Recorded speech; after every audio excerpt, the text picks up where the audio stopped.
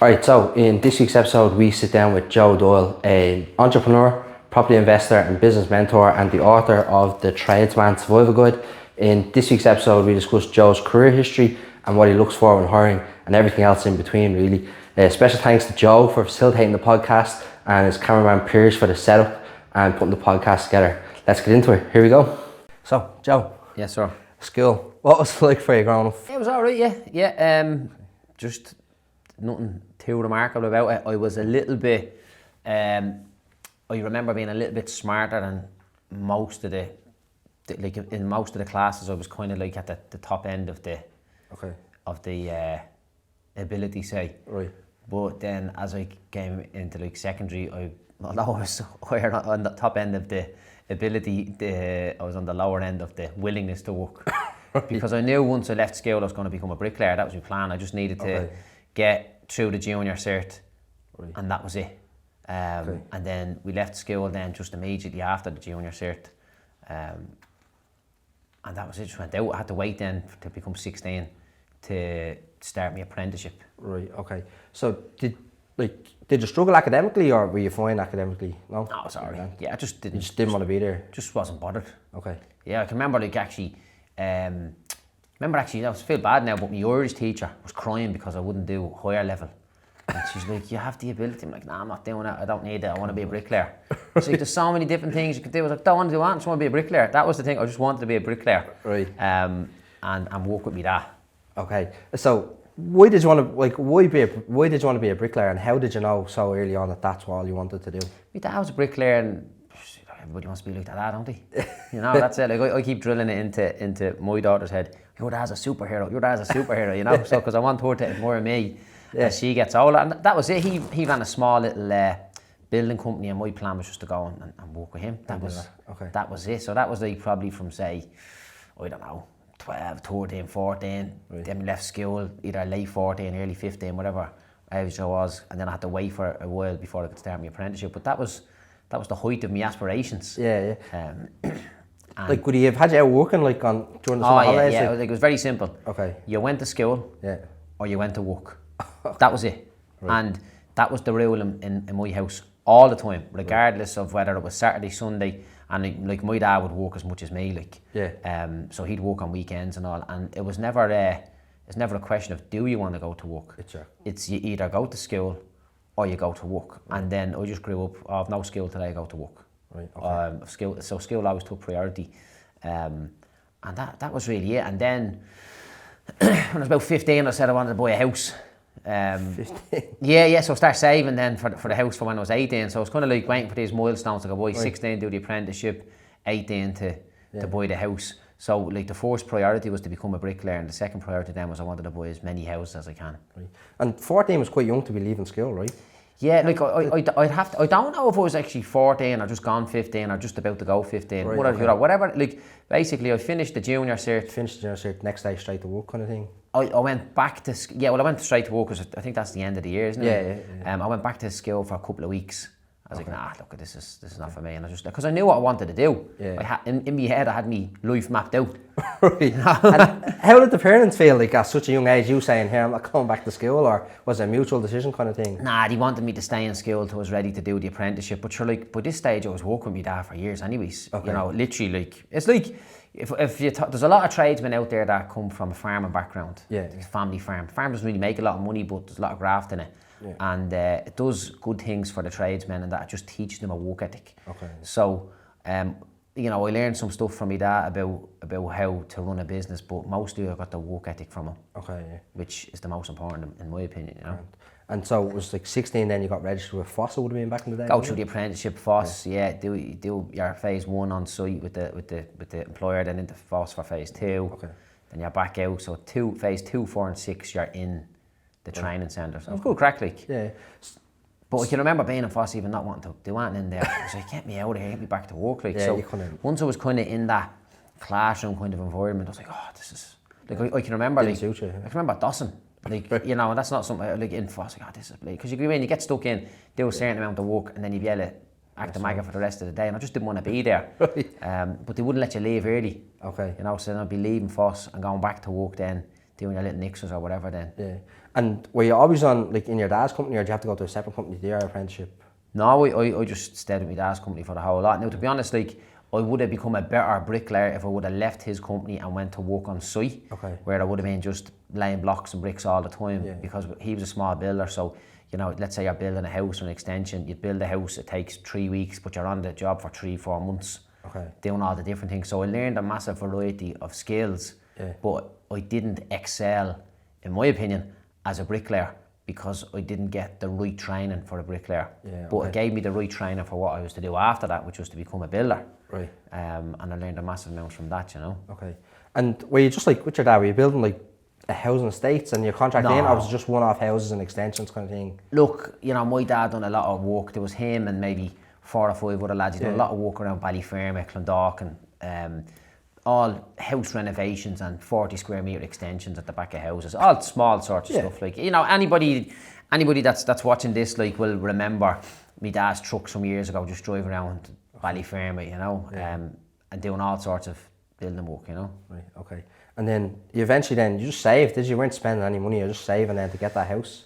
Yeah, so I just had this idea, I'm going to save for a house. Went over to Liffey Valley, opened up a bank account, 15 years of age. Man says, what do you want on a bank account? I want to buy a house. Really, when I'm 18. And started saving 100 quid a week, literally from at the age I was 15. And like the mad thing is, like, you know, I'm 41 this year. I'm still saving for a house. You know, so that habit has never left. I'm always saving money for the next deal. Getting sick of it now, to be honest, but that's the game, like, you know. And so you bought the house. What time then did you decide, right, after being a bricklayer, getting the apprenticeship done, when did you decide then to be a builder? Like, what was the... Yeah, it was mad, because it was almost instantly. Like, the minute I finished my apprenticeship, I said, I don't want to be a bricklayer. Because I realised that, so I can't remember the exact day or the exact job it was, but I can remember one time not going up to do a block job as part of the crew. And the crew went up and the job still got done. I'm like, sure, like, what's the difference me being there versus not being there? I'm better off being out lining up other jobs or lining up the next piece or whatever else. And then I got to the point when I was building a few houses for myself that I realised there's no even point in me being on the trowel here. I'm better off, like, if I've got 4 or 5 or 6 brickies here, right, I'm better off keeping them well stocked up with bricks and mortar and everything else, so that they don't have 1 minute of downtime, because the extra productivity I get from these guys with me making sure everything is arranged is much more valuable than me jumping in being another trowel on the job. And then that continued on then, where I realised if I could take myself away from doing the work and getting the work done, it was better. But I didn't realise at the time that I was better off not doing the work. You know, I didn't understand at the time that what you do is much more beneficial. Sorry, what you get done is much more beneficial than what you actually do yourself. And, like, was there no plans there, or like aspirations to take over the family business and kind of make that a success, or is that what you're doing, or just totally separate? Yeah, so I suppose the journey, if you think, was right. Finished school a little bit early, done the apprenticeship, finished the apprenticeship, said, no, this is not for me. Still working with my dad and his business. And by the time I'd finished my apprenticeship, I'd bought one house and I'd bought a site to build another house. So I then went off and was building that house. So I was kind of falling in and out with my dad, doing a bit of work here and there with him, and then going back to myself, building my own house. And then I started doing bits of work for other people. But the work that I was doing for other people was just kind of to fill in the gaps between building my own house and starting the building of my next house. So, like, I bought the first house when I was 18, built the second one then when I was 19, built the next one then when I was 20. Like, so I just kind of jumped into it. And it wasn't that difficult, to be honest. Again, and people will say, it was different then. It's always different then versus different now, but like, it's not more difficult to do it now than back then. And did you know 100% that you wanted, like, how did you learn the skills, right, from, like, to go from, like, bricky to builder to, like, because a salesman essentially, and bringing in business? Like, how did you get that skill, or were you well known that people knew you? No, it was just kind of like a natural progression. So, like, I went from, like, tradesman to small builder to doing my own work, and then I started doing my own work then, building my own houses. So then I effectively became a landlord, a property investor at that stage. You know, and then the journey continued on where, like, I realised that I'm better. I then went into my own business then for 10 years, where I was specialising in insurance claims. So basically somebody got a leak or damage in their house, they gave us a ring and we came in and we fixed the damage and dealt with the insurance, kind of amalgamated the two of them. But the journey would be primary school student, secondary school student, bricklayer, employee of my dad's company as a bricklayer / kind of foreman type of thing, then property investor with one deal, property investor with 2 deals, 3 deals, and I grew up to 5 or 6 deals. And then I says, no, look, at things were getting too expensive, and I went back and set up my own business, and I was there for 10 years. But I learned a massive amount in that business. We done, I think it was like at the last count before I finished up, 2,700 repairs. So like that's a lot of work, like, you know, but that's 2,700 people who either me or my guys had to meet in the morning when they're coming downstairs in their jocks, and we're going in to fix the house, and you learn all about dealing with different people and different personalities and all that stuff. And plus I learned all about negotiations and that, because every single job had to be negotiated, one with the client to win the job, and 2 with the insurance company, and there's a different set of rules negotiating with a person versus negotiating with an insurance company. How did you find out about, because you obviously specialised then, right, in that type of work, how did you find out about that type of work? Did you just know about it from being in the industry, or did someone approach you and say you should give this a go? Yeah, it was mad, like, because the insurance business came about because I got a leak in the roof of my house, and they were like, yeah, well look, you better do something to stop the water coming in. I'm like, yeah, no, but we're going to fix it now. And they're like, oh no, you can't fix it because the insurance people have to see it. I'm like, hold on a minute, what have we to do? Or just do a temporary job. I'm like, well, we're here now, like, we can fix it. So no, if you do too much, we won't pay the claim. Like, oh, this is bleeding mad. A lot of confusion. And I realised then that in confusion comes opportunity. And I just got very lucky. I was in that business for 10 years and I built the whole business on one ad, one slogan, one tagline.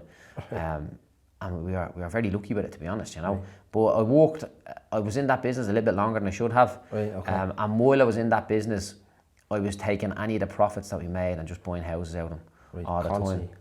There was never any massive amount of money in the business because I took it out all the time to buy a house, and prices were getting really expensive, so I was taking the money out to use as a deposit for a house.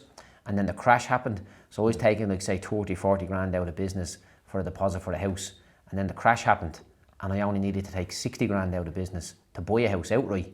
So while everybody else was scared, you know, I was scared too, but I just kept at it. And it allowed me to accumulate a nice bit of growth in the portfolio then at that stage. And then I left the business just to focus on my property stuff. And that was probably 8 years ago now at this stage. And literally the instant I left the business to focus exclusively on the property stuff, I got sucked into the social media and the business mentorship end of things. So it was mad. Even when I left the building company, I didn't know specifically what I was going to do other than focus on property. But when I left it, this opportunity just kind of presented itself to me, and then we ran at that. Took off, yeah. Before that, then you set up like a tech company essentially, right? Reference tenant check or a reference check. Yeah. So like I know the reason why you set up the business, but like, what was that process like, setting up a tech company as a builder? So, and on that particular thing, so like, bear in mind I was a builder, I had my insurance business going, and I wanted to get out of that, so I was looking for another opportunity. And in the same way that an issue with my property opened up the opportunity to get involved in the insurance business, another issue with a property popped up, and that tenant wrecked the house. And then they went off and probably done the same to another house because they done the same to the one before mine. And I only found out that later on. So I was like, you know, there needs to be some kind of tenant screening service there. So I went flat out there trying to build up a service on that end. We're on Dragon's Den for that. We got investment on that, which was it was a nice little kind of piece of validation to go on Dragon's Den and get investment. And it's still a conversation piece today. But the business was a disaster. And I don't know if the business would have worked if I launched it. Well, maybe the business would have worked if it launched on the day that I decided it was needed. But what happened was, like, people don't understand, like, the property market was like a depressing place to be. Tenants were leaving properties like overnight. You go down to collect rent and, I know I've moved out. Jesus, you know.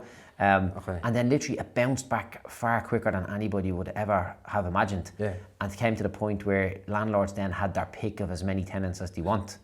So they didn't really need a screening service because, like, really what happens is if you've got one person or two people applying for a job or applying for a tenant to rent a house, you're even if you're not fully sure of either one of them, you'll probably try and pick one of them because you'll want it to work. Yeah. Whereas if you've got 10 people, an outlier will stick out and you can pick the winner. Yeah. Usually okay on that. So the market changed in that regard, but it was an unmitigated disaster. The business made a total revenue of 25 quid, which was my 25 quid that I put through the process just to test it. Right. That was it, like, you know. And obviously, right, like you still got it up and running, right? Although like the sales shop. But did you hire a team? Did you use an agency to build it? Like, how did you build it? Yeah, so like that was like a software-based, tech-based company. But the way I viewed it was, and I still view this today, like, so if I'm taking on any project in a business, I'm like, right, who's the person paying for this product or service? Okay. And what is the problem that they have that they're looking to spend the money with to fix? Yeah. And if it happens to use software or technology, that's a byproduct. I don't specifically go out and say, I'm going to set up this technology business. Yeah. I'm setting up a solution. Okay. So if you've got a problem, I'll focus on that problem, see if there's an opportunity there, see can I bring a solution to that problem. Yeah. If I can, and we use software, great. If we don't, if we use technology, great. If we don't use technology, that's fine. I think people sometimes get too focused on the process and how things happen rather than the solution that it brings. Yeah. And I think if you can focus exclusively on the solution that you're fixing, it's a much better arrangement. Yeah. Did you use an agency to build the website then, or did you hire like a developer yourself? Yeah, we hired. We just went out and tried to find people to help us, and got fucked about continually by different people, and people supposed to do things that they were like. I even like when the day we were on Dragon's Den, the website wasn't even live. Okay. I hired a crowd to build it for me. Yeah. They just completely fucked me about from start to finish, like, you know. Okay. And they gave me some bleeding stupid prototype that would work just if somebody googled it, like, you know. Okay. And it was nonsense, you know. But I realised very quick then that a lot of times people won't do what they say they can do. Now eventually we got going in the end, but it was grief, like. Yeah, it's hard. And Dragon's Den as a whole, right? What's the process to get onto Dragon's Den? Do you have to go through an interview process? Like it's like the X Factor kind of thing, is it? Or? Yeah. Like, suppose it was the X Factor for me, like, because it was like I liked business, you know. Yeah. You go in, you send an email, they come back to you, you do a phone interview, you might do a second phone interview. Okay. Then you go in and meet them, and then they'll tell you if they want you on or not. You know, like that was my second or third time to apply for it. Right. Before I got into it. Was it the same idea the whole time? Or the first time I applied with the insurance one. Okay. Yeah. And they said they put me on a waiting list or something like that, cancellation list or some dropout list. They had a name for it. Yeah. And then the second time, the first time it didn't go out nowhere. The second time they let me in to the interview, and then the third time I actually got onto the show. But I can remember, like, you know, when you watch the show, like, and it's actually pretty good, like, when you see it in real life, because the chairs are miles away from you. Yeah. You're kind of like squinting. Obviously, you know who's sitting on the butcher, and the chairs are miles away from each other. But obviously, they need that for the editing to get the wide shots and the narrow shots. And I can remember walking up the stairs to the place.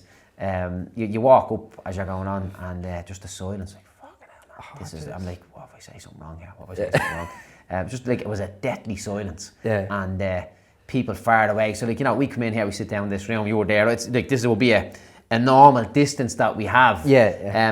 A conversation with anyone. But imagine coming in here and you're like over there and I'm here. And you're not allowed to come over. It's unnatural, like, you know. But it was a great experience, and I'm glad I done it. Still feel bad that I lost your man's 10 grand, like, not your man Barry, lovely fella Barry, like. Yeah, but you know, I'd like to. That was my lesson. Don't lose other people's money, you know. Okay, yeah. No, here, look, good lesson learned. Yeah. And the video, like, of your interview or your pitch is like 8 minutes long. Is that how long your pitch actually is, or is it like an hour? Are you in there for an hour getting absolutely you're there grilled? for ages. You're there for absolutely ages, like, and it's funny, like, if you go back and watch the projections that we had, like, we're gonna make 60 grand in a year or something like that, you know. Like, hell, man, like, you know, we do that in a week sometimes nowadays, you know. But that was big numbers to me back then, like. Okay, so, like, can you say, like, what you would have been, like, used to kind of on a monthly earnings during the insurance, like when you had the insurance business? Yeah, so, like, we weren't making massive profits. We were making about, say, 200 grand a year on a good year. Now that would be my wages and the profits in the business.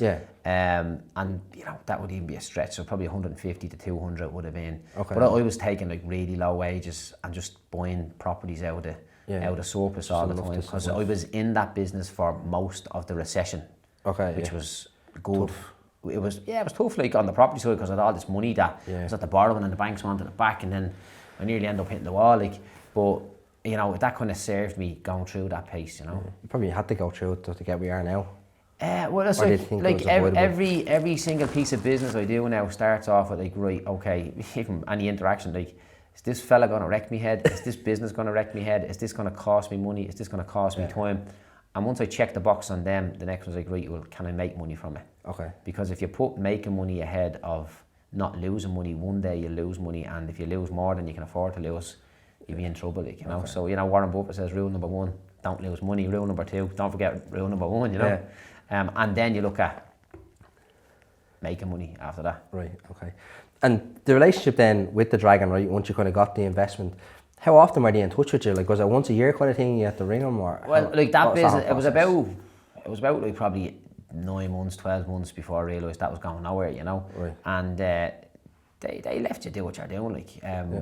But when I say they, but he was on the phone anytime I needed him. I never felt I needed help and I couldn't reach out to him or anything like that, which is like you'd ring him on a mobile, like, and I'd drop him a text, gives a bell, like, he was very helpful, like, you know. Okay.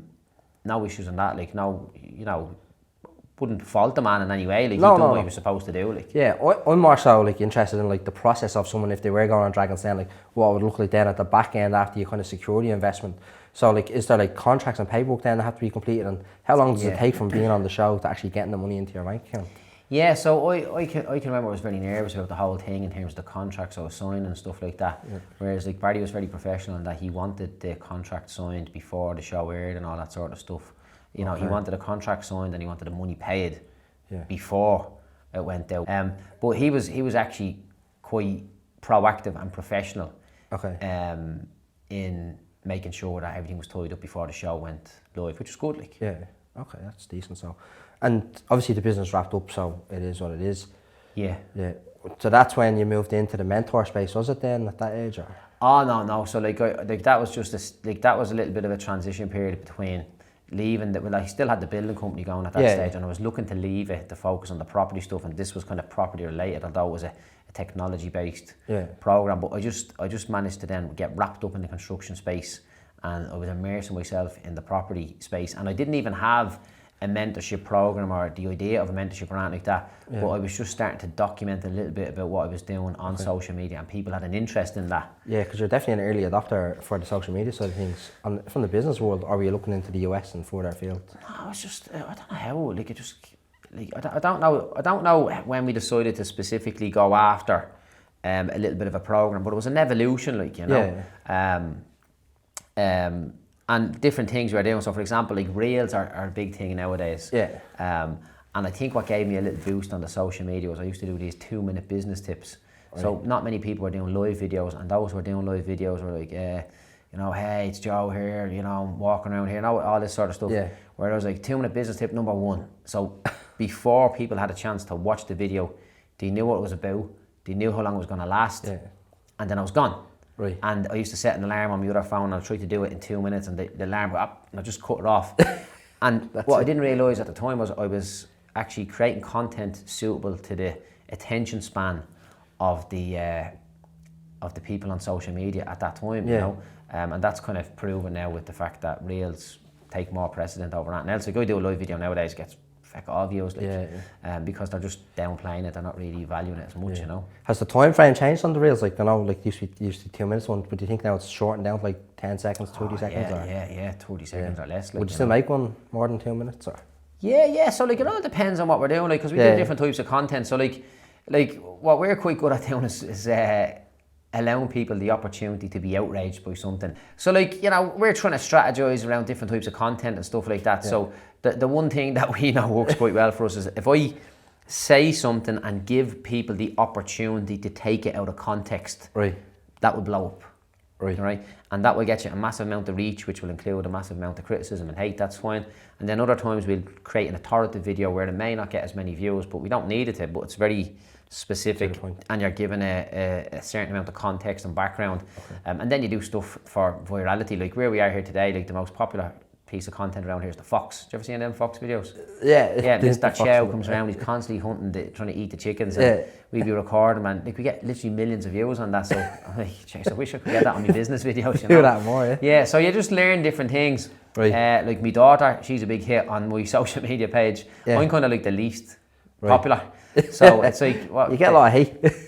Yeah, depends on what you're doing. Like, but look, come here, like, what people don't realise is that, like, I can just make all them people disappear at the click of a button. Like, but hate them, like, you know, it doesn't bother me. Like, sometimes like, what's this fucking age talking about now? You know, and it gets a bit too much. And like, if somebody like slags me daughter or slags me missus, I'll just kind of block them. You know, just because it's not fair for them to have to deal. But if they're slagging me, like, I'm cool with that. You know. But it comes with the territory. But I'm like, I'm looking at this fella, and you scroll through, like, he's usually, you know, of the what would you call it there? He looks like he lives in his ma's box room. He's over 40, looks like he hasn't got the ride in a long time. And then he's commenting on my page at like 2 in the morning. So he's either drunk or bored when he should be asleep or with his missus, like, you know. So you just leave him, and he's definitely not making any money. He's definitely not getting his 500 a day anyways, because he wasn't in bed, you know. 500 a day is the benchmark for you, right? That's not the benchmark for me, it's a benchmark for tradesmen, like, if you're just starting. So someone like that's, let's say, after doing an apprenticeship, right? Well, firstly, right, would you recommend a trade or college for a young lad coming out of school, or what would you advise? Or would you advise just get a job and not do either? Well, generally speaking, I don't think there's any benefit to, generally speaking, and there will be exceptions, but I don't think there's any benefit in going to college nowadays. It's an outdated system.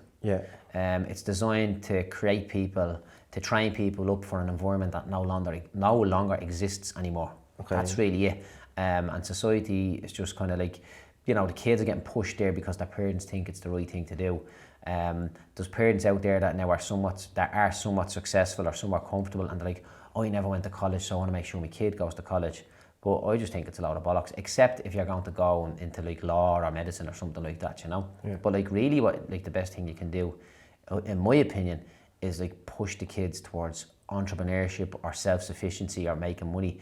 And even if they don't want to be entrepreneurial and they're kind of minded for a career and a job, you should absolutely teach them how the real estate market works, so that they understand that they're only working to save money, to buy property, to live off the rent of that property.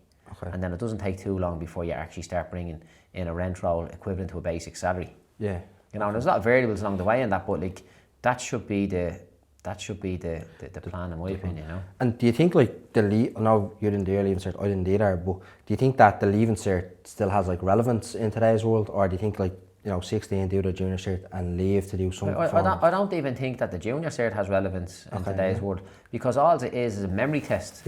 It's 3 years of a memory test, and if you're good on the day, you get a mark. And if you're bad on the day, you get another mark. But even at that doesn't make any difference to it. But like, what happens, like, what it is good for is that you should be like, as a human being, like, if you want to succeed in life, you need to approach a task that you are, you know, you have a certain level of competency at, which is probably quite low. But as a human being, you should be able to stick at that task to increase your competency. You know, and if you can get yourself to the point where you can look at something and it's difficult, and you have the discipline and the ability to keep at that task until you get better, you can take that kind of mindset into any area of business. So like, people who watch this, and you get teenagers saying, look, ma, he said I don't need to do my junior. Well, like, if you're a D level student, the best thing you can do is put as much effort in to turn yourself into a C level student or a B level student, not for the mark on the paper, not to impress your ma, the teacher, but to prove to yourself that you can tackle something that is beyond your current ability, and you've got enough discipline and perseverance and grit to improve your ability. Because like, we'd be approaching things in here like, and like, fucking hell, man, how are we going to do this? And we don't know. But we've done so many things before that we've accomplished so many things that we didn't know how to accomplish at the start, that we now have the ability, the belief in our own ability to learn or acquire the skills needed to accomplish any difficult task. That's fair enough. What do you think is that like number one skill that they need to develop, like, or that should be taught? Like, is that, and do you think that can be done through sports or grit, determination? You know, they're fucking mollycoddled. Like, you know, too many people are, not just kids, but people are mollycoddled by society. We're living in a social welfare state where if you, like, so let's just say, for example, right, let's just say I decide to go and get an average job, average employee, average job, and you decide that you're not getting any job. Well, the actual difference in your quality of life and my quality of life is very, very slim. Maybe I can get a holiday once a year. I can have a bit more toys for the kids at Christmas and have a little bit of a nicer car. Yeah. And you can't have any of them, but overall you'll have the same level of healthcare, the same level of food, and the same. You can live in the same environment. So there's not much of a difference there between the average person who decides to work and the average person who decides not to work. To get a significant difference, you have to excel. Yeah. And it's just it shouldn't really be like that. There's no incentive for people who, become social welfare minded to get out of that place. And and then maybe some of them would like to get out of it, but they don't know how to. Yeah. It's just take small, bite-sized, difficult tasks and stick at them until you get good at them, and then take bigger tasks. Okay, yeah, that's fair enough. And someone now, right, that's done their apprenticeship, that's considering going out on their own, how would you advise them to set up? Like, would you say like go self-employed first or set up a limited company? Yeah, so I've done videos on this. So let's just say somebody is an employee, they're now qualified as a tradesman. What they need to do is they need to go and start working towards getting their same wage on the weekend as they get from working Monday to Friday. So they work for the employer Monday to Friday, let's just say they get 800 quid. Okay. They need to now find out how to get 800 quid on a Saturday and Sunday. Right. They need to, flat out, and they need to go flat out on that. And then they need to do that for at least 4 weeks with at least a 90-day worth of pipeline ahead of them. Right. So they've got their wage for a month, wow, and now I've got 2 months or maybe even 3 months worth of work ahead. Yeah. That's the time then that you leave the job, but you don't just go and leave. Go back to the employer, tell them, listen, I want to go 3 days a week. Okay. And then if you're worth your salt, the employer will be delighted not to lose you immediately and be happy that you're offering them 3 days a week. Okay. And then you go and you get another 800 quid, say, for your other 2 days. And that involves people having to work 7 days a week. Yeah. But if anybody is a tradesman now and they want to go out on their own and they are already thinking, I'm not going to work 7 days a week, well then just stay where you are, because you don't have a cut out, you don't have it in you to be your own business owner. Okay. You don't have to work 7 days a week forever. Yeah. But during this transition period, you're going to have to. Yeah. And do you think everyone should be entrepreneurs if they do it, or do you think they because you could be an entrepreneur as well, do a really good job for your boss, bring in money, and you'd be well compensated. Do you think? Yeah, well, that's what it's like. Do I think everyone should be an entrepreneur? The reason why there's so much opportunity out there is because of all of the different personalities that get brought to any specific equation. Yeah. And if everybody thinks the same, nothing will happen. Yeah. Where all these different personalities and mindsets and points of view, that's what makes the opportunity possible. And a classic example of that is a for sale sign in the garden of a house. Yeah. If everybody was just looking for the one thing, everybody would be disappointed when a house gets sold, because the seller would be happy and the buyer would be disappointed. Right. But you only need to see how happy a buyer of a house is when they get the keys of their house. Yeah. And then the seller that they bought the house off is usually as happy because they got paid. So they're people looking for different things in the same equation. And that's what makes capitalism work, Yeah. People have asked the question, are entrepreneurs born or are they made? I don't fucking know. I think they're forged in the fire of hardship. If people experience lack growing up, it usually kind of fires up something like that in their head that they don't want that to happen again. Yeah, because I was younger, money would have been I grew up in the flats, right? Yeah. But money would have been an issue growing up. But I had an uncle that had a jewellers, and another uncle that fixed washing machines. They're entrepreneurs. And another uncle down in London, he's my auntie's husband, right? Yeah. But he is in finance. I always looked at their nice houses, nice cars, never short of a few quid. I was like, that's what I'm gonna do. But it took me a while to build up that mindset to get there. Yeah. For me, it was the army, right? For you, it was probably your trade and working with your dad and seeing that. But do you think there's something else, right? Because I'd recommend the army, right, or a trade to get that self-belief. Do you think that it's possible to be a good employee and still kind of gather wealth? Absolutely. Yeah. Absolutely.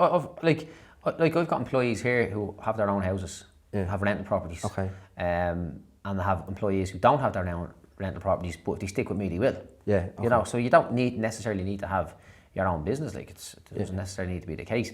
I've often thought that I should have done a couple of years in the military myself. That. Right. Because I just think that I'd be a bit more disciplined if I had that in my life early on. I'm sure it gives you certain personality traits that you can take with you then later on.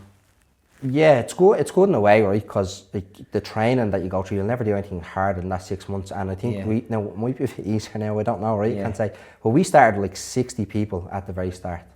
and only 26, I think, made it to the end of the 6 months, right? That was like either injury or like they encourage you to leave, right, during 6 months. If you can't do the push-ups or you won't do them or you can't take the heat, it can be quite tough. But like once you do that, you kind of start developing a mindset that like the calloused mindset. Yeah, I can fucking do anything like this. I only watched Full Metal Jacket last night. Some movie. Brilliant. It's good, but it's not definitely like that like all the time. But the training environment can be. But it's very. I would say training, is that like the military training or the physical training? Well, the physical training, right? Like it would happen in a room inspection. Yeah. You might be in the half push-up position or receive a punishment, right? If your locker or there was dirt in your locker, right? You got a jelly donut in your foot locker. Yeah, something like that. Yeah, there's a lot of cans of Coke. Filled out. But that would happen, and then you would also have then the PT then that would take place maybe once or twice a day. Yeah. And then obviously if you're on the ground, then you're physically exhausted because I think there's like sleep deprivation, everything in there as well. Yeah. But you're also sleep deprived as well during training because if you do something wrong, you also get an essay, right? You have to write an essay in the evening, and then like so you have to do all your stuff, your routine in the evening, but then write that. And some lads would be in the toilets like with a head torch on writing the essay. So it's a bit. I love me sleep, like that's. I don't know how I'd handle that piece now, to be honest, you know. But like I understand like the benefits and the ability of physical training. Like I can remember when I was training for the first 100k run, I was like, holy shit, man! If I run 100k, that means like I can do anything. Yeah. You know. And then I finished the 100k. I was like, you know, I didn't like. But if I ran 200k, that means I can do anything. You know. And then you accomplish it, and you're like, you know, you just like, you just keep thinking, you know, you realise that the level of difficulty that a task is not as difficult once you undertake it than it is when you're thinking about it, you know. And stuff like that, and like then doing Ironman and stuff like that, and everybody, well, not everybody, but like a lot of people who do the Ironman, they get the Ironman tattoo, like, and they're like, oh yeah, we do the Ironman, get the tattoo, and then you finish, not even that fucking hard, like, just go, I'm not getting a fucking tattoo just for that, you know. If we do this, I get a tattoo for that, you know, and just keep going on to the next one. But it's about having that mindset to take on things purely because they're difficult. Yeah, and look, you grew up where you grew up, right, in Clondalk, and it was just purely from being brought to work is how you avoided being caught up in everything else that might come with those social environments, let's say. It was just pure fluke how I didn't get caught up in it too much, like, you know, like some of my mates were like getting locked up and people were getting involved in drugs and different things like that, and then like people die, like, you know, friends die and stuff like that. So nah, look, I wrote a little bit about it in my book. Yeah, okay. But like, I didn't even want to write about it. I just thought it's probably relevant to the story, like, you know. And even now you're asking me questions like about back in school and all, and I'm like, fuck school, where's me 100 million? You know, like my mind is like 1,000,000% focused on the journey. You know, I don't even give a fuck about what happened yesterday. I'm like, it's tomorrow, today, the next day, you know. Even though it's all the stuff that happened previous is what actually has allowed me to be where I am today. I always say like people become a cocktail of their experiences, you know. So you get a fella, imagine a fella making a cocktail and he throws in, like a fella gets divorced. Oh Jesus, that's bitter, like, you know. Whereas if everything is good all the time, the cocktail is just completely sweet, you know. But you become a cocktail of your experiences, you know. So like, as I sit here now, say for example, we've had about almost 4,000 tradesmen pass through our program on the business mentorship program. We've done repairs in almost say 3,000 houses. I've done about probably like 150 property deals. I've had stuff go wrong in my early life personally. I almost went bankrupt. And plus I've managed to like build up a 20 million plus company. So I've got all these things, and then I've got like a 5-year-old daughter that does not give two shits about what I've done that day. If she wants me to chase her, I have to chase her. She wants me to push her on the swing, you know. And then I've got like my ma who doesn't care what I'm after doing. She just says, "I'll come in and I'll make you something to eat," you know. You're dealing with all these different things, and I've got a good family around me, and supportive sister and dad, and great staff and friends, and you know, sometimes like people come into my social circle and my work circle that would not be of the same level of integrity as most of them, and they come in and I'll give someone a chance, and then before long I'll realise that they actually shouldn't be in the inner circle, and they just leave because they understand there's a certain dynamic going around here. So like, that's the cocktail of my experiences, you know. And like, it'd probably make for better listening on the podcast if I told you all the stuff that went wrong either in business or in my life, but I'm like, oh, fuck that, man, I'm not going down Keep it that positive. road. Yeah, exactly, man. Yeah. What is your actual job title now, right? Because obviously you're a previous builder, but like you've completely kind of changed your business model. Property investor, business mentor. Okay. So I'm just out there buying houses and teaching as many tradesmen as possible how to turn their business into a successful business so that they can go off and buy property themselves. So basically, I spend my life teaching people how to do what I've done. And avoid the mistakes that you've made along the way. Well, they can learn from my mistakes, you know. Like my life motto is mind, body, wallet. Okay. You know, that's and like my business program. I've got little parts of my business program called mind, body, wallet, stuff like that. And like when we were away there, we had an event in Spain, and we have events here at the house. They're all business events. Yeah. Start off with a jog, an ice bath, all that sort of stuff, like, you know. Make sure they're paying attention. Before we do any business stuff. Yeah. And the lads, you know, like you're scheduled for a day of business learning with a load of lads, and before you even sit around the table with them, you've seen all them in their jocks, freezing their nuts off in icy water, like, you know, kind of literally breaks the ice. Yeah.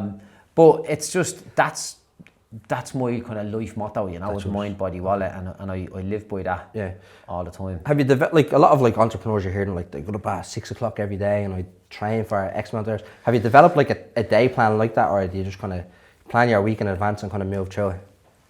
Yeah, so my day is planned here on my phone, you know. Let me see, I've got to clear these notifications there.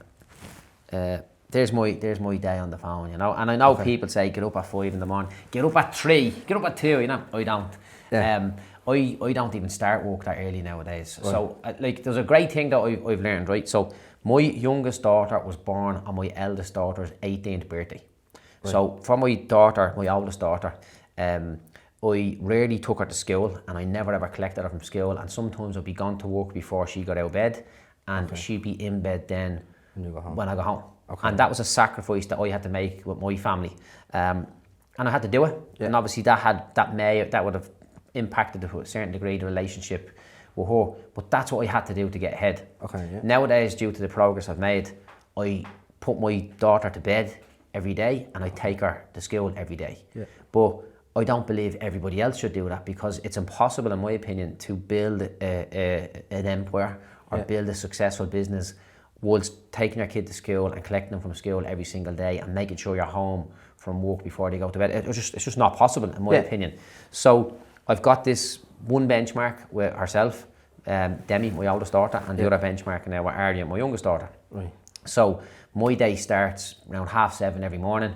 I get up, I go in, and what I've started to do is it just makes things a bit easier. I go in, I open the blind in her room, and I usually get myself dressed in her room, because she's asleep and I'm getting dressed, put my shorts on, tie my laces and all that, and I'm talking to her, and she's kind of half waking up. Then she gets up and she tells me a joke. She's the happiest person in the world. Right. And I take charge of getting her from there to school. Right. And I try to keep her away from Linda as much as possible, let Linda have her little bit of a lie on there.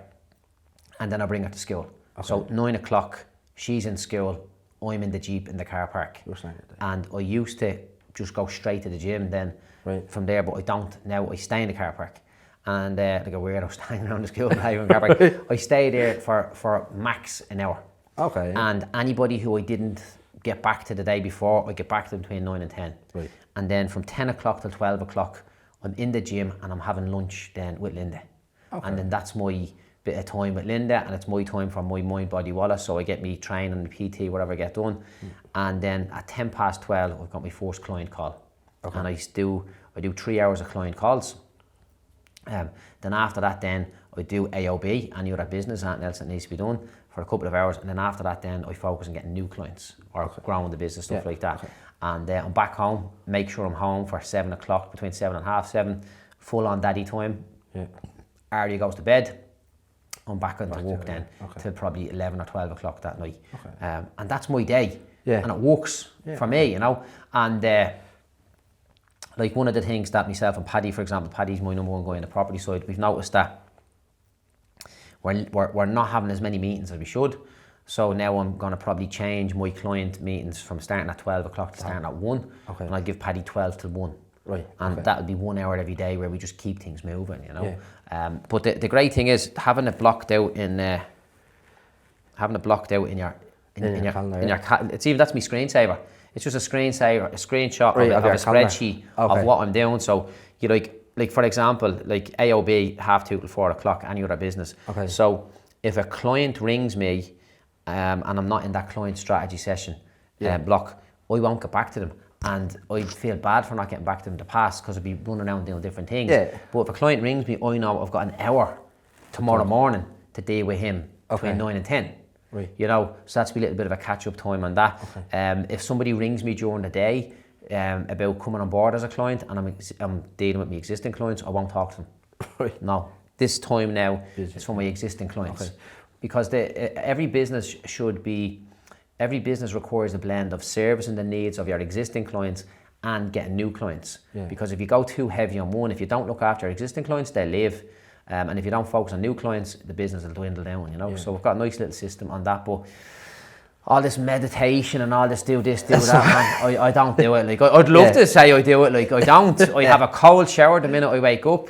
I go in, I wake my daughter up, and like talk about being present. You've no choice but being present. Yeah, with a 5-year-old. That's amazing for me. Like, but I'm conscious of mind, body, wallet, and then the daily race starts. The daily race is to hit your financial targets and hit your protein target, and try and avoid sugar. That's really it. And did you always kind of have a day plan, right? Like now you have it like down to a T now, but did you always have that, or did that come over time where you decided to start being strict like with the time? Well, you see, it's not even me trying to be strict, it's me trying to be the most efficient possible. Yeah, okay. You know, and that particular thing that I showed you there, that's in play now maybe about 6 or 8 months. Before that there was a different variation of it. Yeah. But what happened was I felt like I was talking to you, he was calling me, I was talking to him, she was calling me, I was talking to her, he was calling me. I was getting dragged everywhere. Yeah. And I was getting to the point like, oh, fuck off. You know, you feel like just telling the world to fuck off. Yeah. And that meant that my level of efficiency was going down. Yeah. Like, no, I need to get a handle on this, because what used to happen was I'd drop Artie to school and then it'd be the quickest spin possible to the gym. Yeah. Try and get to the gym as quick as possible, because the minute I finish, I can start work. Okay. But it's not the best use. It's now the time is blocked.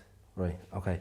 And now, right, you're a business owner, you have 20 staff on your books at the moment. Yeah. What's do you have a split between mentorship and property, or is it all kind of it's kind of like half and half, say, like. Right, okay. Actually, no, it wouldn't be. Maybe 2/3 on the property side, 1/3 on the mentorship side. Right, okay. And if someone wants to get a job with you, right, because you might be hiring, right, you might not be. On the property side, right, if someone wanted to get into property for the first time ever, right, is that someone you would look at, or?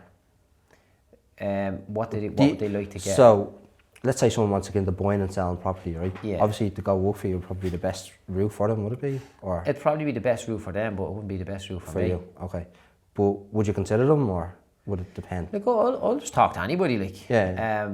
Like, most times I give people opportunities, just fuck it up, like, you know. Yeah. And when I say give them opportunities, I give them opportunities to present themselves or pitch themselves, and they just don't do a good job, like.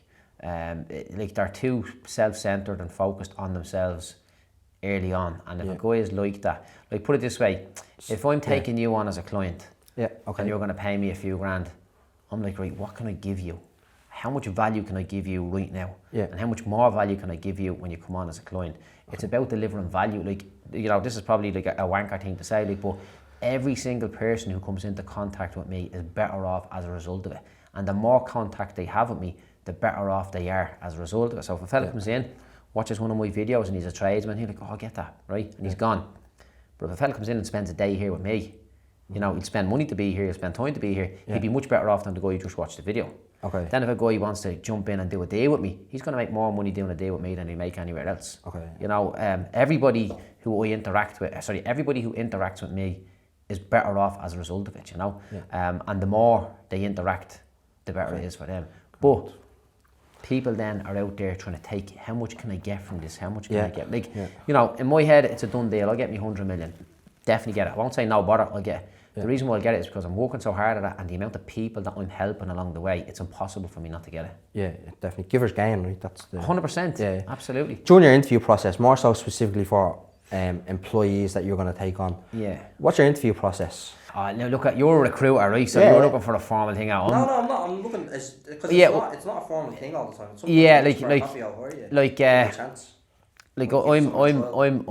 I'm not the right person to offer any kind of proper guidance on hiring people, because like if a fella applies for a position and he can demonstrate some level of value, I'll give him a chance. Okay, But it doesn't matter the background, like, or the education. No, I'll just give him a chance, Yeah. you know. And after that, then you're looking for kind of personality traits and stuff like that, you know. Yeah. There's always clues, like, Yeah. you know. You know, like a snake. You will know a snake is a snake before you hear the hiss. Do you know that sort of way? Yeah. Generally, sure, you know. Now that's obviously an extreme case, and you'll know a good guy is a good guy before he demonstrates he's a good guy, because he'll have these traits, you know. Okay. You know, turn up early, leave late. Yeah. You know, it's only 5 minutes either way. Yeah. That makes people stand out, you know. Okay. And then have the opinion of what can I bring to the equation, as opposed to what can I take. You know, most people are just looking to take. They're they're not even looking to give you 40 hours. They're looking to turn up for 40 hours and see as much as possible as they can get for that.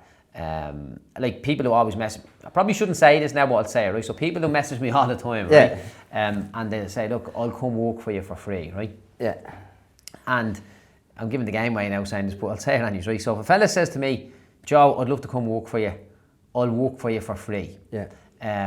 You know, because I know the value that you can bring to me. I'm like, right, he's willing to do whatever it takes on his terms, which is work for free.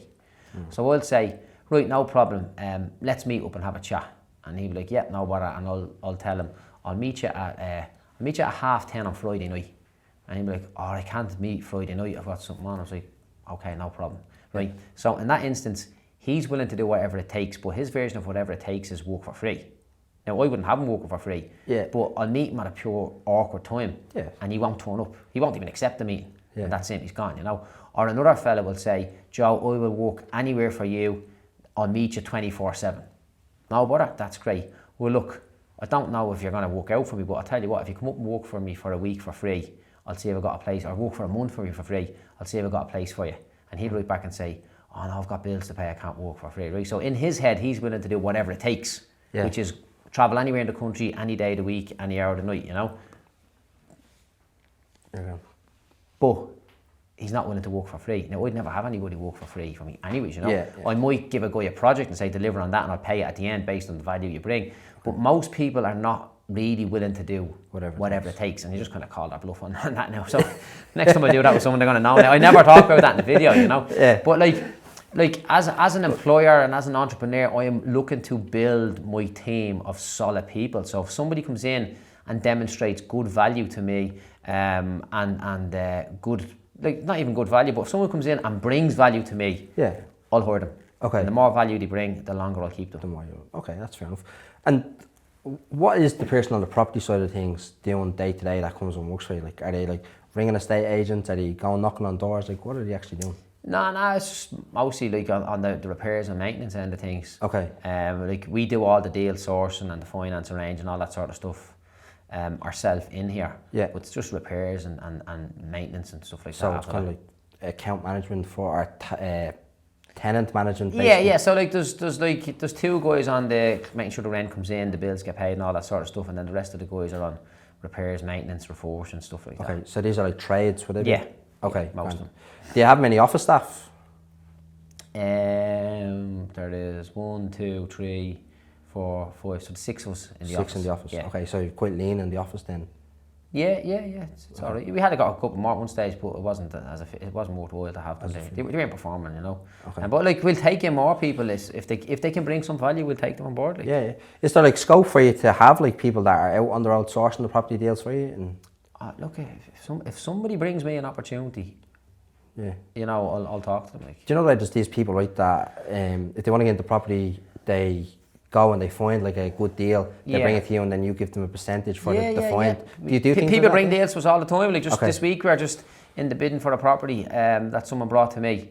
And if that deal works out, we'll all make money. If it doesn't, we won't, you know. So I'm kind of fairly well known in that space, and because I'm kind of fairly prominent online, people would bring stuff to us, but I don't have one person specifically on the books, and his job is to go out and find deals for me. Okay. And I suppose our kind of our model has changed over the last while in that we used to do like a higher volume of lower value properties. Yeah. Now we're doing a lower volume of higher value properties. So all the deals are like, you know, $1 million+ plus now at this stage. Yeah. So there's a whole new level of legislation and red tape around the bigger commercial stuff that's not there for the residential stuff, you know. Yeah, gotcha. Would you ever then hire someone that previously worked for you to come back, or if they've kind of left, or does it depend on terms they left on? Yeah, look, if somebody can demonstrate value to my business, I'll take them. Yeah. You know, that's really it. You know, like I always say, like the amount of grief that I'm willing to take from someone is directly linked to the amount of money they're making me. So if you're coming in here and you're taking up space and you're doing me fucking head in and you're not making any money, you last about 5 minutes. That's fair. That, you know. But if you're coming in here and you're an arky bollocks, right, but you're so shit hot at what you do, we'll find you a space just up there out of the way and just keep doing what you're doing, like, you know, that sort of way. But we're very lucky with the crew that we have here now, to be honest, you know. Yeah. And they all come from different backgrounds, do they, or are they all like? Yeah, it's mad because this is the thing. Like there's no silver bullet. The place. Yeah, there's no. I've no sort of no like.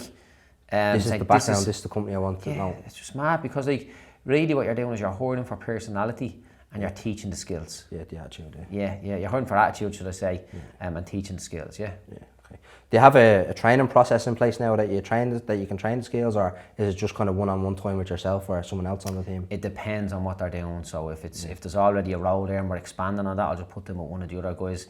If they're if it's a new role, they'll be doing it with me. Like, but like there's literally like you find somebody and anybody says this, if they can bring some value to me, you know, don't even message me and say, if I bring some value to you, will you talk to me? Say, this is the deal. Bring me the fucking deal. Okay. What type of deals are you looking for?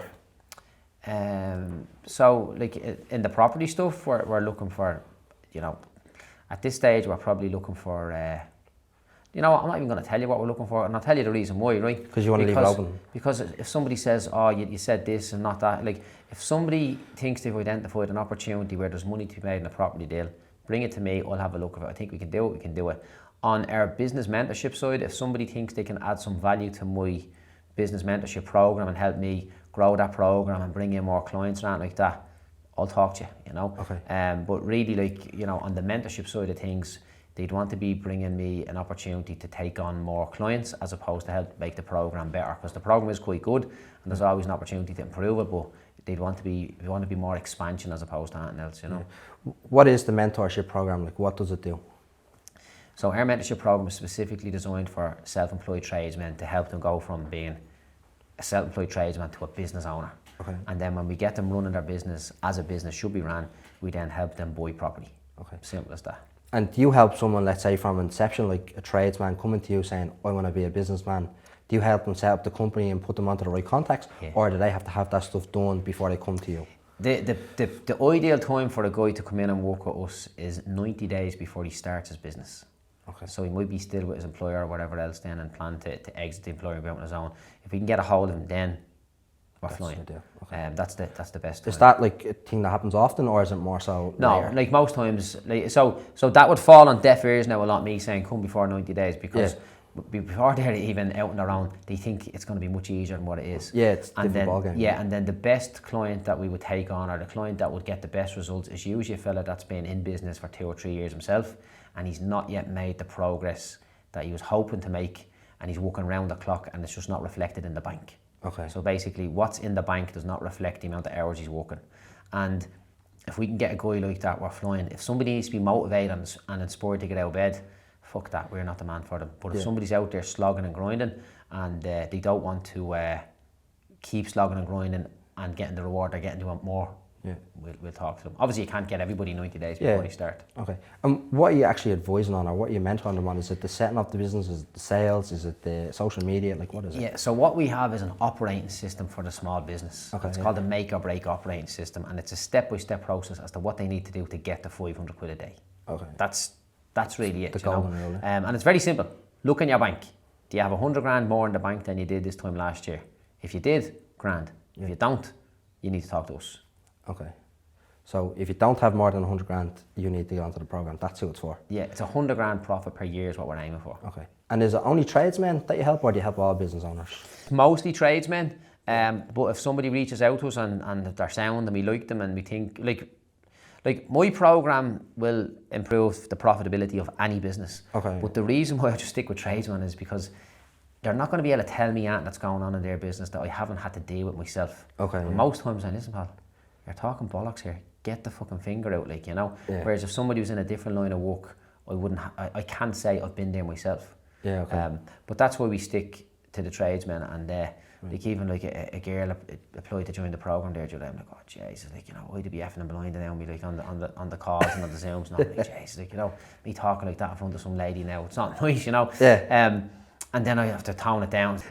Whereas, like, if she was the wife of a tradesman and she was applying on his behalf, saying, look, he's around the clock, I'm like, listen, bring him in, the 2 years there, says, but, you know, it's not as tame as it should be for the ladies group. So, no, I appreciate that, you know. Yeah. So that's my kind of...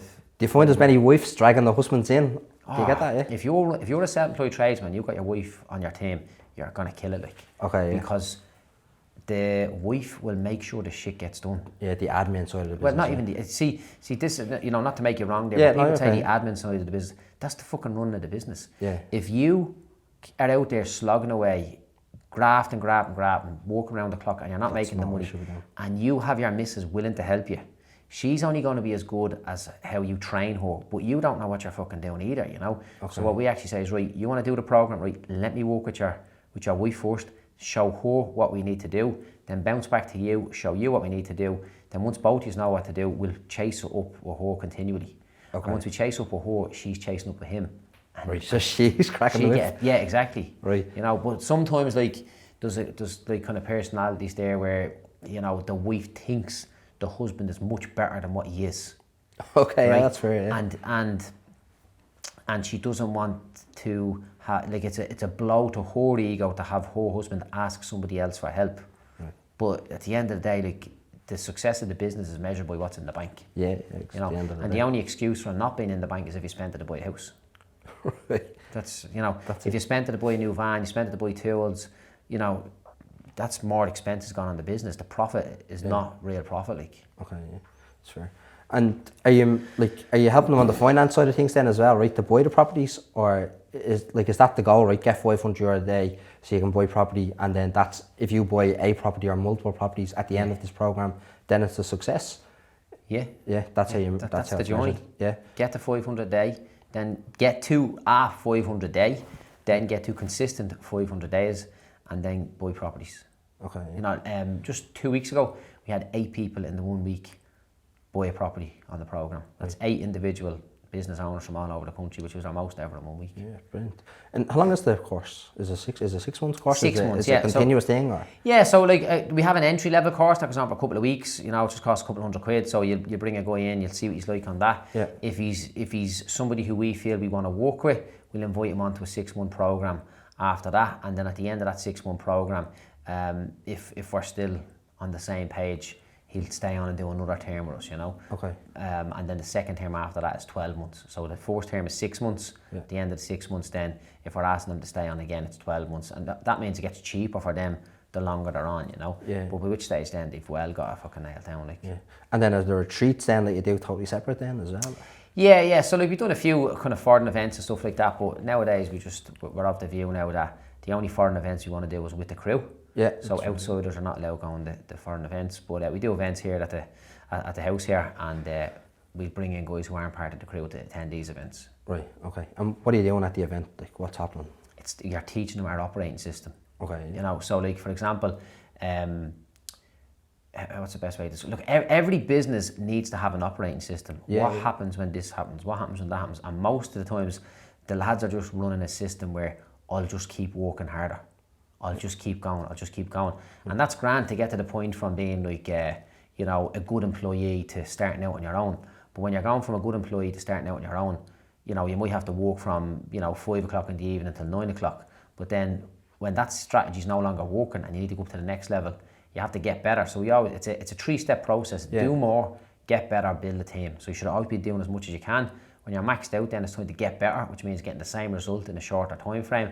And then you build a team. So you bring people in to do certain tasks that you're doing. Okay. And it's just a perpetual circle of do more, get better, build a team. Build a team. And on the building teams, are you advising to bring an apprentice or like experienced people, or is it always experienced? Yeah, build a team. So depending on what it is. So, you know, if they're spending all their time on content creation or, you know, creating ads and stuff like that, when you bring in a social media person, they should always have a PA, should always have an apprentice. It's cheap labour. You can get PA and apprentice for less than the price of a qualified tradesman. Yeah, 60k or so, yeah. And then the PA will cover all the admin stuff that you're doing, or that you would have been doing, and then the apprentice will, you know, he should be cleaning up at the end of the day, setting up the tools at the start of the day, and giving you that extra half an hour at the start of the day and half an hour at the end to liaise with your admin or with your PA to get certain tasks done. Like, other than that, lads are just flat out trying to do everything themselves, and it's not happening. Like, and you have to have a certain fitness level to join your course, right? Because I see you have the lads out running and doing ice baths. So. Yeah. Well, look, I don't care how fat or lazy you are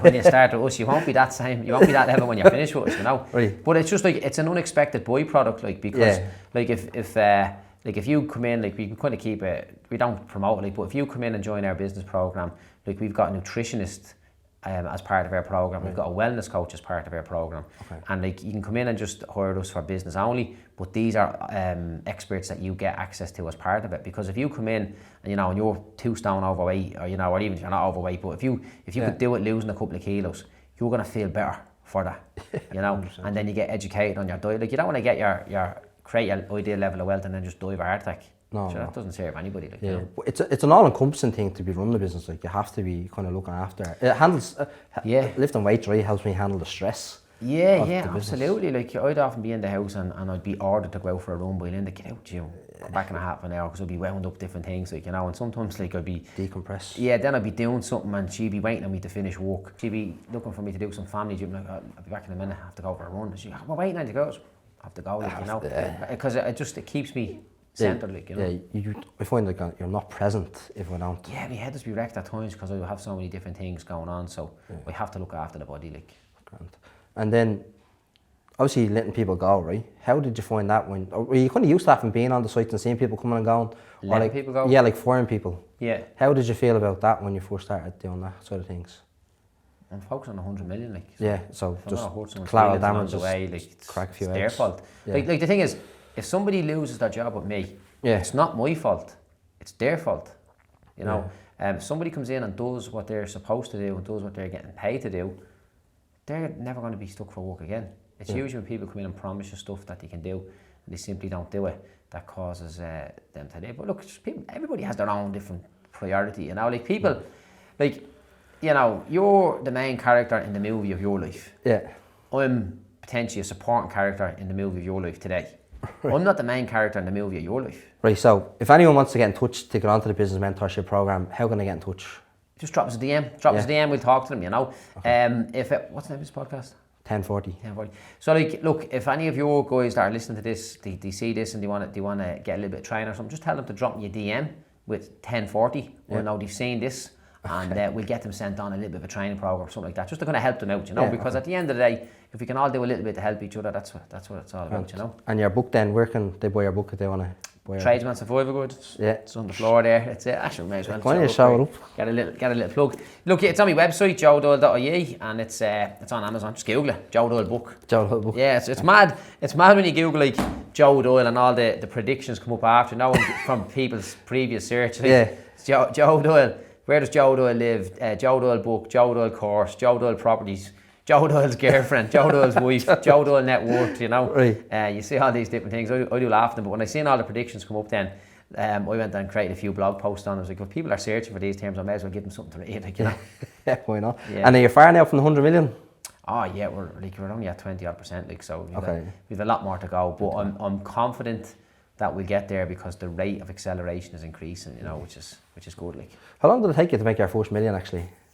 I think it was like 27 or something, like. 27, okay. Yeah. No, sorry, I was 23. So I started when I was 18, so it took like 5 years. But it wasn't like a real million in that. Like, I didn't have $1 million quid cash in the bank. It was like, you know, net worth or equity. Yeah. And then the crash happened, so rather than being up $1 million, I was down a couple of million, you know. And then it took me a couple of years to kind of get it back after that. So it's like 28, 29 then. So yeah, like, you're up and down. But like, the thing is, when you're an entrepreneur, right, you're out there generating cash. Yeah. And you generate cash, and there's no point in just looking at it. No, you put that into a deal. Yeah. And then you put it into this, so the cash gets converted into equity. You know, but there's no cash, but there's value in the property. Yeah. And then there's income from the property. But like, you might put like 300 grand into a property, and then it results in a couple of grand a month coming back in. Perfect, but it's not, you don't have your 300 grand, so you have to go out and get more money. Yeah. So you're building up the cash and then you spend it. You're building up the cash and you spend it. So it's this yo-yo. And when you build up the cash, you're looking for a deal. And then when you go out to look for a deal, you don't find one deal, you find 3 deals. So rather than having enough money to do the deal, you're now short of money to buy 2 more deals. Yeah. So all the time, you're building up lumps of cash, converting them to equity, and then the equity is creating a cash flow stream. Okay. You know, and then you build up cash again, convert it to equity, and it converts a cash flow stream. So if cash gets low, you go up and sell a property, build the cash back up, the cash flow stream diminishes down a little bit. So it's this kind of continual... And cash flow is the key to wealth, right? It's not necessarily having the money in the bank. It's what's a cash flow makes the grass grow. Oh, very good. Yeah, I've never heard of that one. Yeah. Well, it's just about whatever you have coming in, like, you know. And even like, for example, like, you know, when you've got a regular trading entity, you're continually out there hunting down new clients and new business and stuff like that. So when you got a business, it's a trading entity. So depending on the line of work you're in, like most times you're out looking for new clients all the time. When you do a property deal, you buy it once, you rent it forever. Of course, the tenant might move out and stuff like that, but once you put the tenant in place, that cash flow will turn on again, like, you know. So even like in our line of work, like, you know, thankfully we're not short of clients, but you need to keep replenishing the pipeline of clients. So the day you stop pushing on that, is then it'll impact everything else, you know. But when you get to the point where you can live off your rent, you're laughing, you know. Okay. And do you think the current business model that you have, right, will get you, because I know Grant Cardone years ago told you to sell your property, right, and I don't know if you did it or not, to get you to the next level, and now you're probably at that next level. Do you think you'll have to pivot again to get to the 100 million, or do you think the business model that you have will get you there? Yeah, so like I can remember talking to Cardone and to Grant, and it was like, I was like, I'm at 12 million, I want to get to 100 million, what should I do? And he said, sell everything and start again. Yeah. And he was probably right, but I didn't have the balls to sell everything and start again. But really what he meant was stop doing shitty deals at shitty levels. So that was like about 4 years ago. So we went from like 20 million to 22. So we went from 12 million to 22 million in 4 years. Yeah. So that's like 10 million in 4 years, 2.5 mil uplift a year, right? That's grand. We could probably go up 5 mil next year. You know, the rate of acceleration is increasing, but like people were saying like it was a bit smart, a bit cheeky what he said to you, but no, there was value in it because at the rate I was growing, it was too slow. Okay. And now we're growing that little bit more. So in terms of our day-to-day trading business, which is our mentorship program, I spend too much time on a daily basis talking to clients. If this, and I mean that from the sense of, will this business serve me to 100 million? No, it's going to have to stop at some point, or else I'm going to have to stop spending so much time talking to clients. But the thing is, like, I don't class them as clients. They're like, we're all kind of mates now. We're part of their journey. Like, you know, like I know what's going on in their life on a day-to-day basis. I know the trials and tribulations in both business and their personal life. And like for me to change my model, not to talk to them, I don't know if I'd be really. Yeah, and I don't know how I'm going to do it. Like, but I know I'm going to pursue the 100 million, but I have to start doing other things if I want to get the 100 million, and I have to stop doing certain things. And once I just keep that in mind, there's new things I need to do, and there's other things I need to stop doing.